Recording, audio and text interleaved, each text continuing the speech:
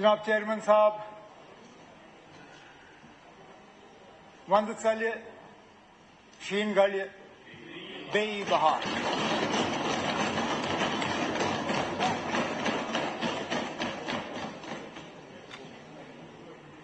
سردیوں کا موسم نکل جائے گا، برف پگھل جائے گی، پھر سے بہار آئے گا۔ جب میں بجٹ کی تقریر کرنے کے لیے کھڑا ہوا تھا تو کچھ آنریبل ممبروں کو لگا کہ شاید میں زیادہ پیسمسٹک تھا، تو میں نے سوچا اس بار ایک الگ ہی انداز میں شروع کروں، کیونکہ واقعی جس طرح بہار شروع ہو رہا ہے، میں نے سوچا اس حساب سے اندر بھی کر لیں، لیکن اندر کچھ چیزیں بدلیں گی نہیں۔ تو میں شور شرابہ، الزامات۔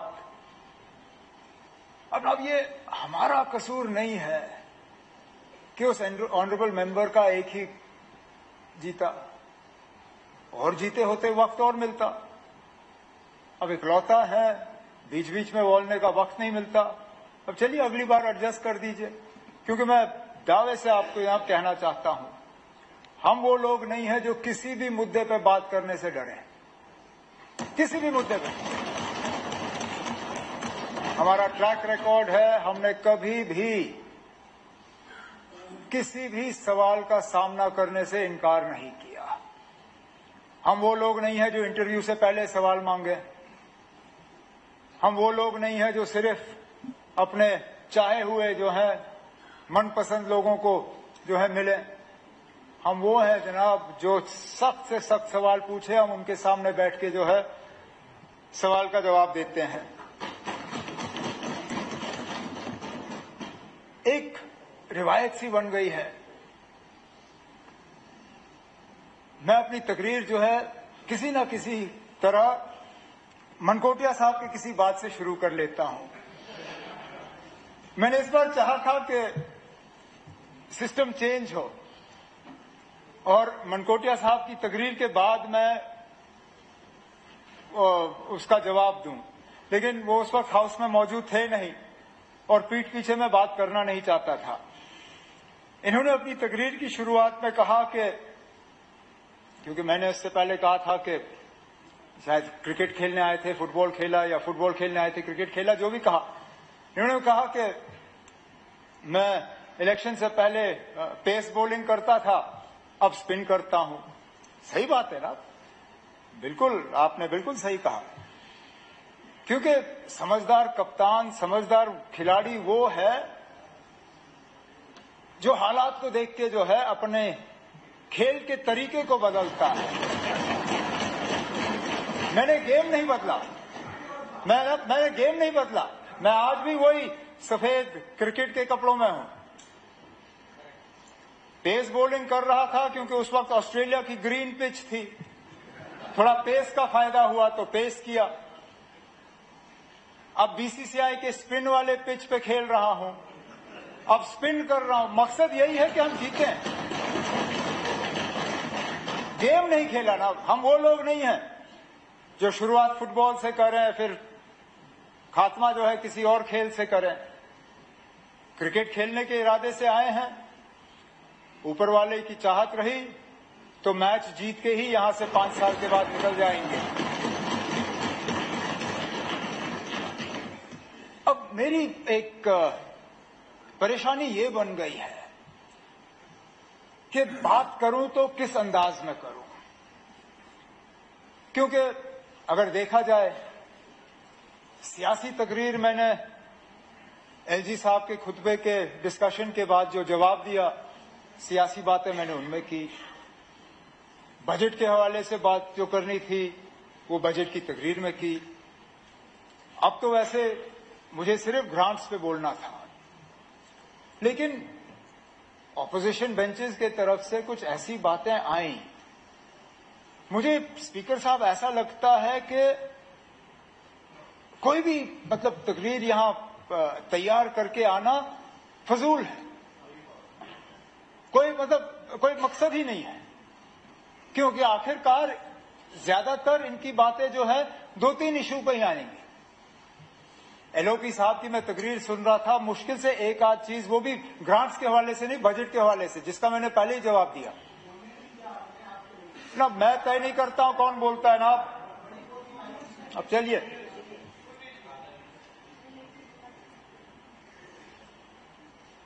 برابری کی بات کی, کہا کہ 5 اگست کو طوفان ہوا, برابری ہوئی. نا وہ برابری ہم مانگ رہے ہیں.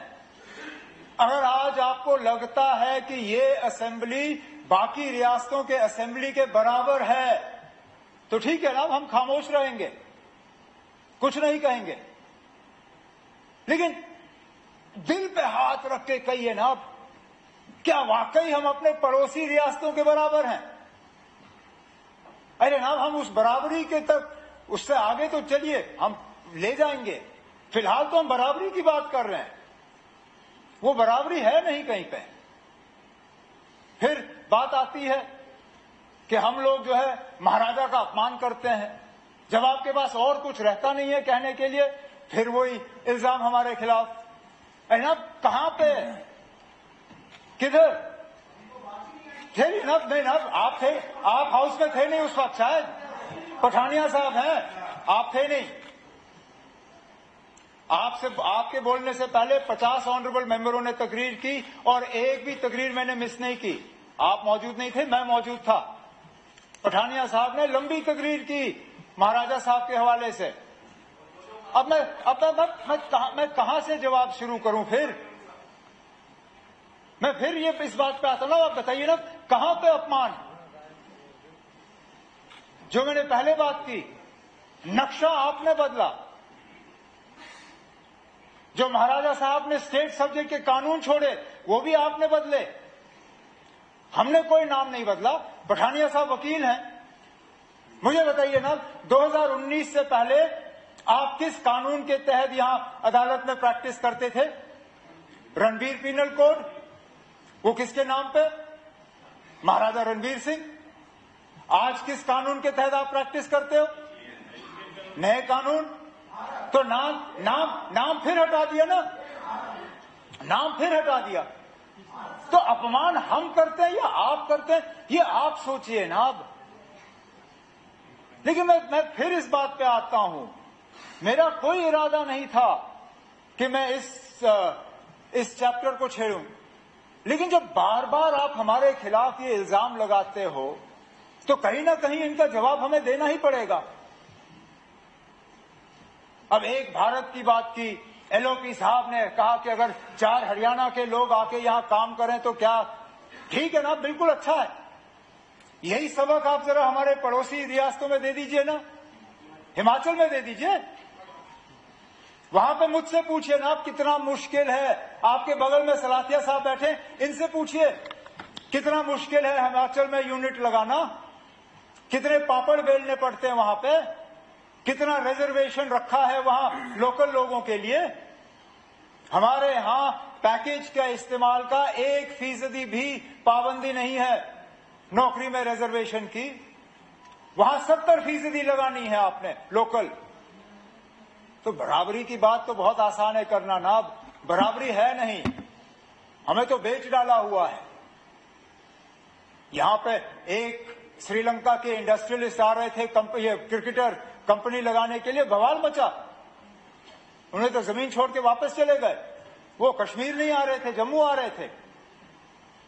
اور میں نے پہلے دن سے کہا نا, ہمیں کشمیر میں اتنا خطرہ نہیں ہے, وہ کشمیر پہنچتے پہنچتے ان کو جموں سے گزرنا پڑے گا.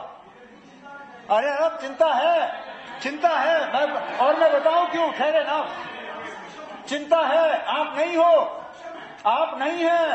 ارے نا اتحاد سمجھیے. جب مہاراجا بہادر نے اسٹیٹ سبجیکٹ کا قانون لایا, وہ ہمارے کشمیریوں کو بچانے کے لیے نہیں تھا جناب, وہ جموں کے لوگوں کو پنجاب کے لوگوں سے بچانے کے لیے تھا.